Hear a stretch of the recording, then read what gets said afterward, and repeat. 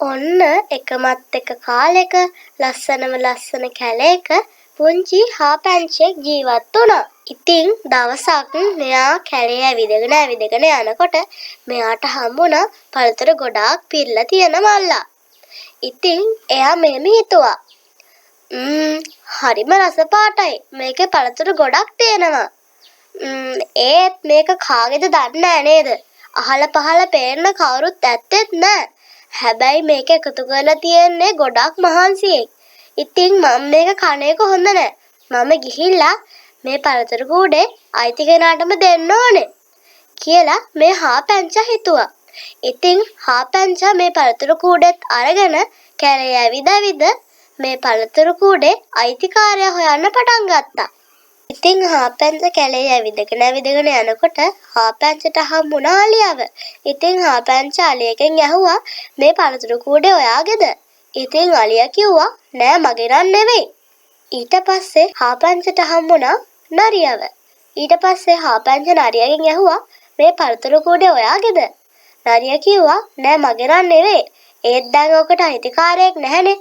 අපි දෙන්න ඕක බෙදාගෙන කමු. කවුරුත් දකින්නෙත් නෑනේ. කෑවා කියලා වරදක් වෙන්නේ නැහැ කියලා ඉතින් නරිය කපටි කමට කිව්වා. හාපැංචා කිව්වා අනේ එහෙම හොඳ නෑනේ. මේක කවුරු හරි ගොඩක් මහන්සියෙන් එකතු කරලා තියෙන්නේ.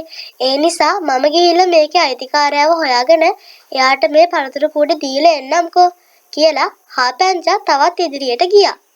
ඉතින් හාපැංචා මෙහෙම යනකොට හාපැංචාට ඊළඟට හම්බුනේ සිංහයව.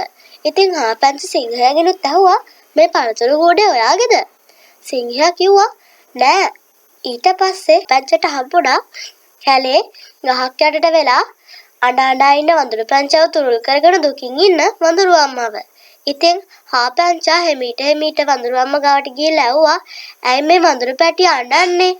ඉතින් වඳුරු අම්ම කිව්වා බලන්නකෝ මම කැලේදී මහන්සියෙන් එකතු කරගත්ත පළතුරු කූඩේ මගේ අතින් නැති වුණානේ. ඉතින් දැන් මට පැටියට කන දෙන්න කිසිම දෙයක් නැහැ. එයා අඬන්නේ බඩගින්නට කියලා වඳුරු අම්මා හරිම දුකින් කිව්වා. හාපැංචාටත් හරිම දුක හිතුණා. ඉතින් හාපැංචා කිව්වා මම හිතන්නේ මේ පළතුරු කූඩේ ඔයාගේ වෙන්නේ නැති. මට මේ පළතුරු කූඩේ හම්බුනේ කැලේ මැදදී තිබිලා තමයි. මම මේකේ අයිතිකාරයව හොයාගෙන තමයි ආවේ කියලා හාපැංචා මේ පළතුරු කූඩේ පෙන්නලා ඇහුවා මේක ඔයාගේ නේද කියලා. ඉතින් වඳුරු අම්මා හරිම සතුටින් අනේ ඔය පළතුරු කූඩේ මගේ තමයි. ඔයාට ගොඩක් ස්තුතියි කියලා පළතුරු කූඩේ අරගත්තා. ඊට පස්සේ හාපැංචට වඳුරු අම්මා ගොඩක් ස්තුති කරා.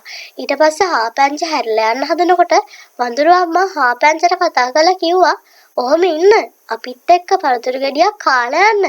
එන්න කියලා හාපැංචව එක්කගෙන හාපැංචටත් පළතුරු ගෙඩි කිහිපයක් දුන්නා.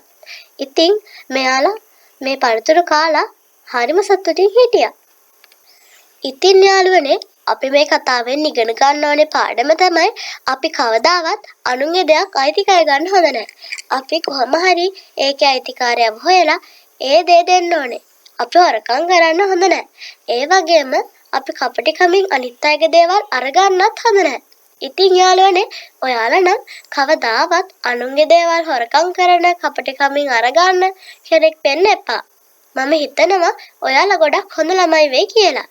එහෙනම් අපි ඊළඟ කතාවෙන් හමු වෙමු. ඔයාලා හැමෝටම සුබ දවසක්.